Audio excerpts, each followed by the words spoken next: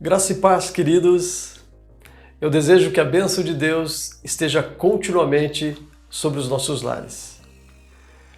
Os números da Covid-19 em Marília cresceram. Não apenas os casos confirmados, como também o número de internados aumentou. Os números saltaram de 26 para 33. A cidade já ocupa mais de 45% dos leitos de UTI disponíveis. Portanto, a situação se agravou consideravelmente. A Igreja Metodista Livre de Marília, diante das incertezas das autoridades, já decidiu que durante o mês de junho não retornaremos para os cultos presenciais. Seguimos com os nossos cultos online, até que a liderança da igreja considere o retorno às atividades seguro.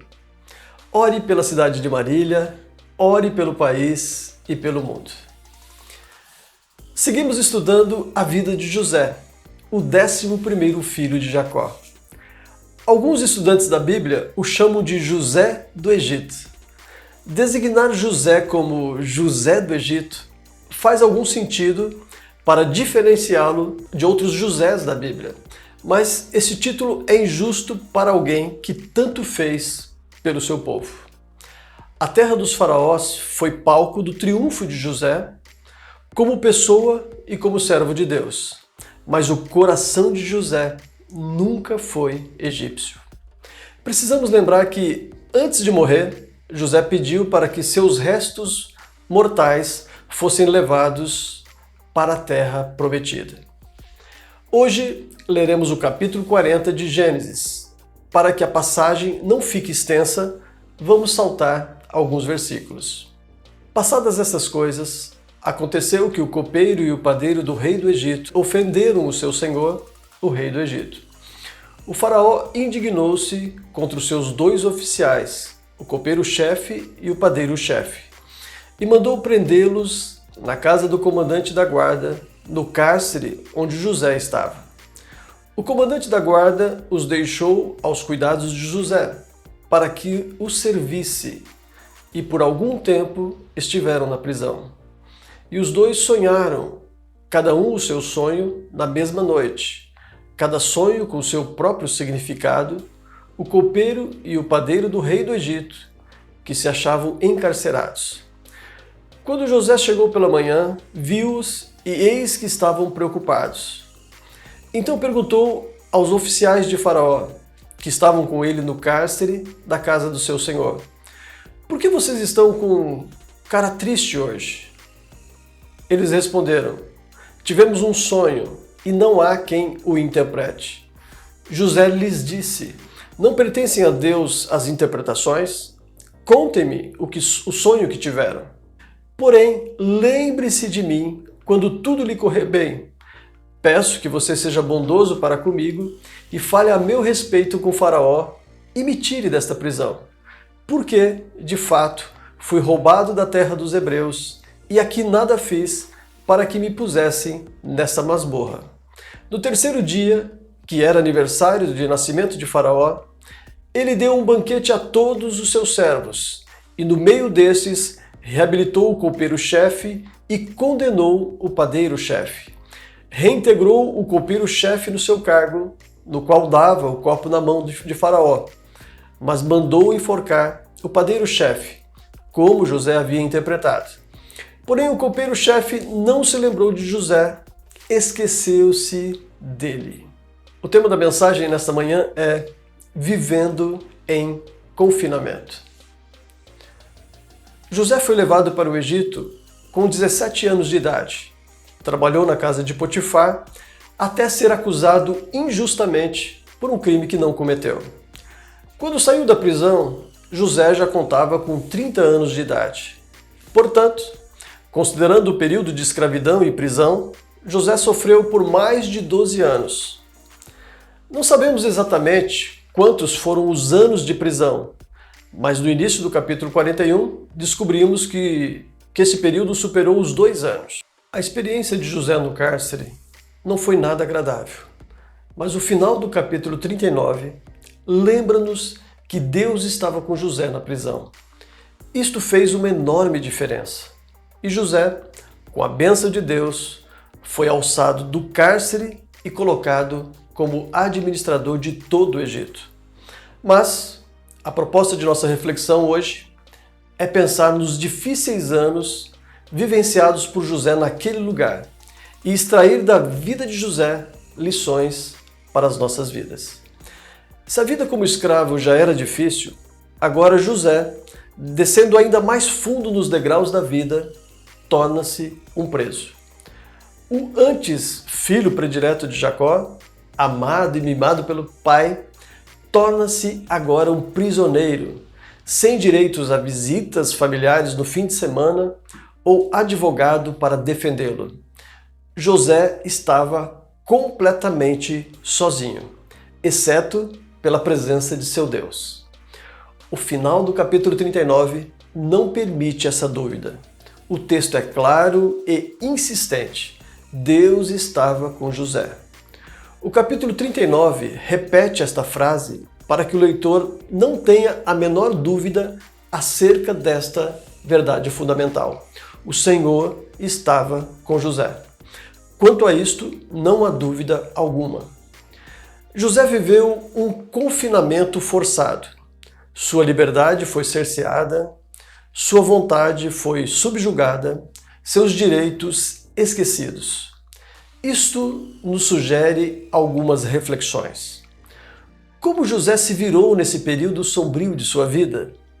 O que fez para não adoecer emocionalmente enquanto experienciou esse poço emocional cheio de injustiças gritantes e sentimentos de revolta?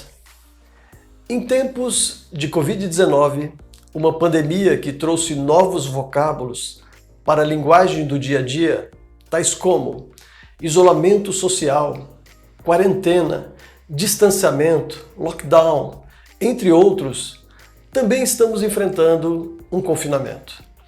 A sensação de que nossas vidas foram roubadas é gritante, é revoltante. Muitas pessoas estão adoecendo emocionalmente. Olhamos para o passado e queremos nos apegar ao mundo que conhecíamos em dezembro de 2019.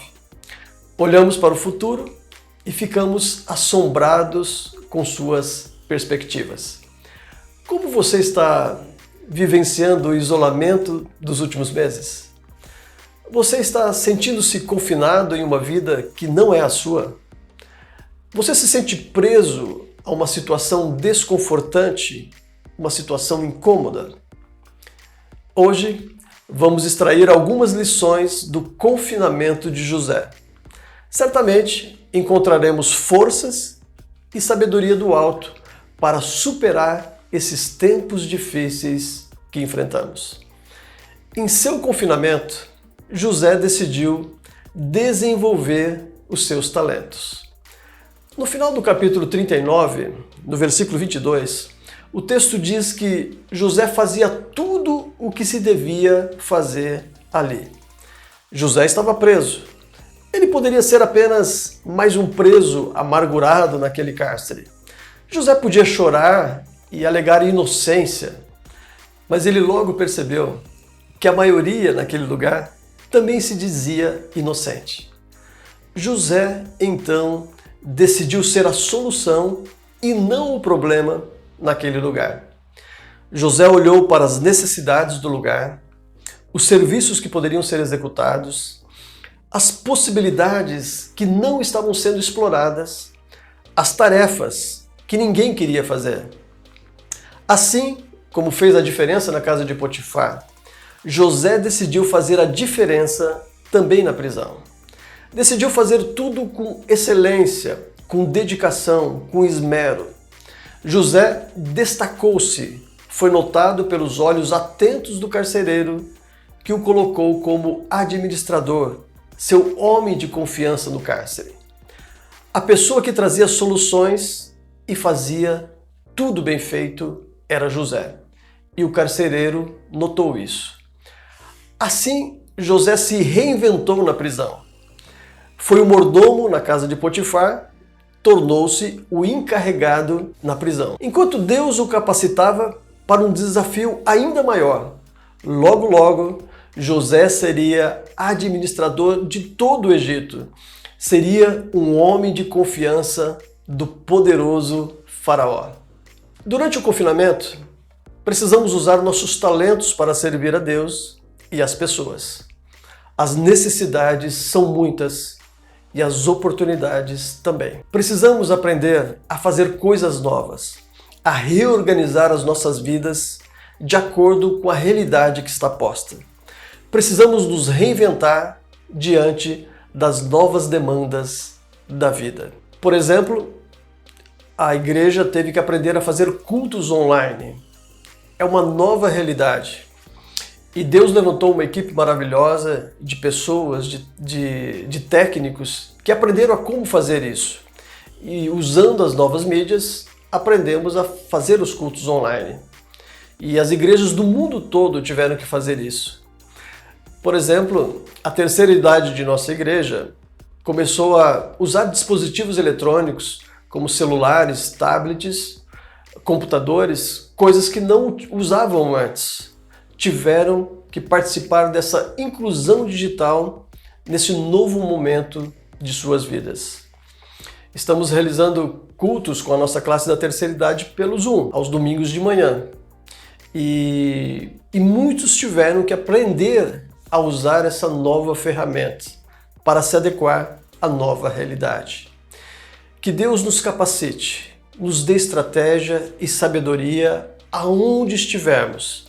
Precisamos aprender a fazer coisas novas, a desenvolver novos talentos, a reinventar o nosso jeito de fazer as coisas. Vamos ampliar os nossos talentos, desenvolver novas habilidades.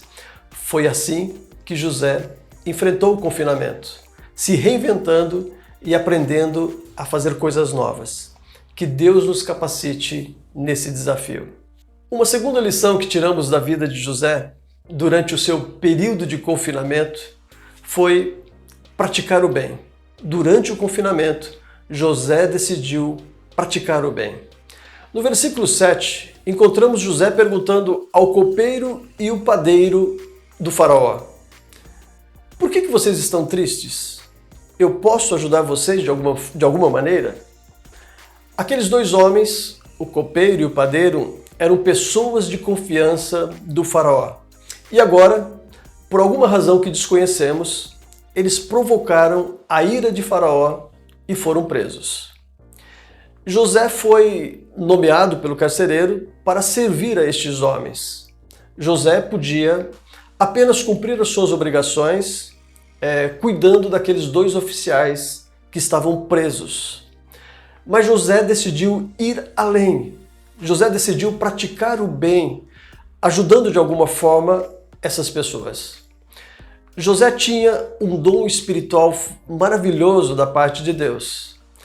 Esse dom permitia que ele interpretasse os significados dos sonhos. Aqui fica evidente que José não servia apenas o carcereiro por interesse para se promover daquele lugar, mas o caráter de José era realmente um caráter propenso a ajudar pessoas, a abençoar vidas. E o dom de José foi fundamental para abençoar particularmente o copeiro, um homem que foi abençoado pelo seu dom. Em tempos de confinamento, você tem praticado o bem? Você tem servido voluntariamente pessoas, instituições, famílias que sofrem? José foi injustiçado, mas ele não deixou de praticar o bem. Este era o seu estilo de vida. No último domingo, tivemos uma experiência incrível. Oferecemos bentôs, pratos prontos, bandejas com alimento para os membros de nossa terceira idade. Alguns membros da igreja, usando seus dons e talentos, prepararam pratos deliciosos. Uma outra equipe confeccionou as bandejas e um outro grupo ainda foi até o portão das casas dos idosos entregando essas bandejas de alimento. De uma forma muito singela, foi uma demonstração do amor de Deus pela vida dessas pessoas. As pessoas que receberam o bentô ficaram grandemente agradecidas e sentiram que eram amadas por Deus e amadas pela igreja. E através desse gesto, sentiram que Deus estava presente em suas vidas através de uma pequena ação. A carta de Tiago diz que a verdadeira religião é visitar os órfãos e as viúvas em suas necessidades. Tiago 1:27. O enfoque é olhar para os fragilizados e abençoá-los de alguma forma. Ter uma atenção especial para os mais frágeis da comunidade. Que Deus nos dê sabedoria para praticarmos o bem durante essa pandemia, durante o confinamento. Que o medo não nos torne egoístas, mas que, pelo contrário, pela ação do Espírito Santo, nós possamos ser solidários, abençoando vidas, influenciando, demonstrando o amor de Deus. Podemos ser instrumentos de Deus, assim como José o foi durante o seu período naquela prisão.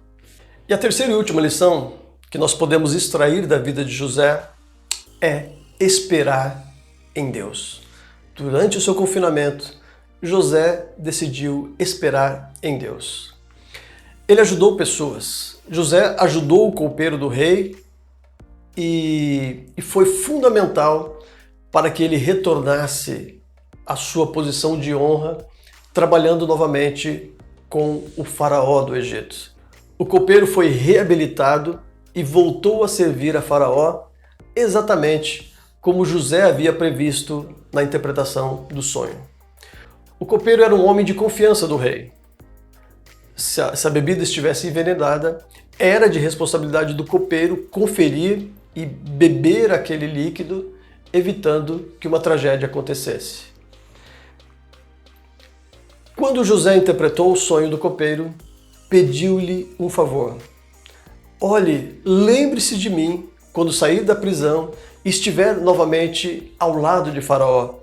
Converse com o Faraó, explique a minha situação, diga que eu sou inocente, que eu estou aqui preso, sofrendo uma injustiça, eu não mereço estar aqui.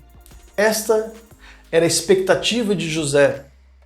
Mas o versículo 23 diz que o copeiro se esqueceu de José.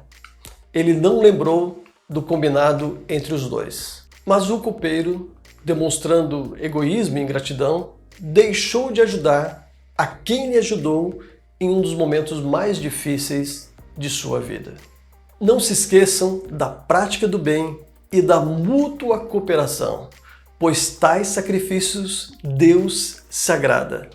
Hebreus 13:16.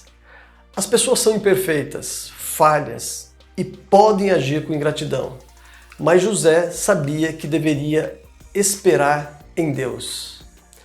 As pessoas poderiam se esquecer dele, mas os olhos de Deus estavam sobre ele e na hora certa Deus iria agir.